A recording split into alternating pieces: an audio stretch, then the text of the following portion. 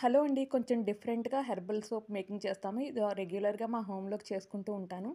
So, మీకు ఎవరికైనా help అవుతుందని ఈ వీడియో చేస్తున్నా.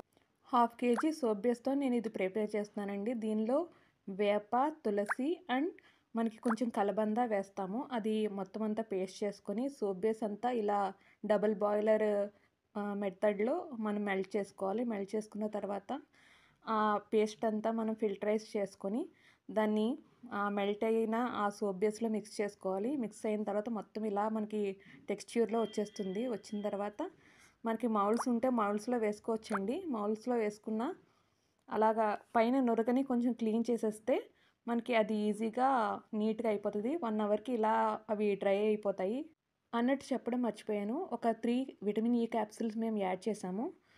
మీరు ఇలాగే హోమ్‌లో మనం ఓన్‌గా సోప్ ప్రిపేర్ చేసుకోవచ్చు. ఎవరికైనా నచ్చితే లైక్ చేసి షేర్ చేయండి. Thank you.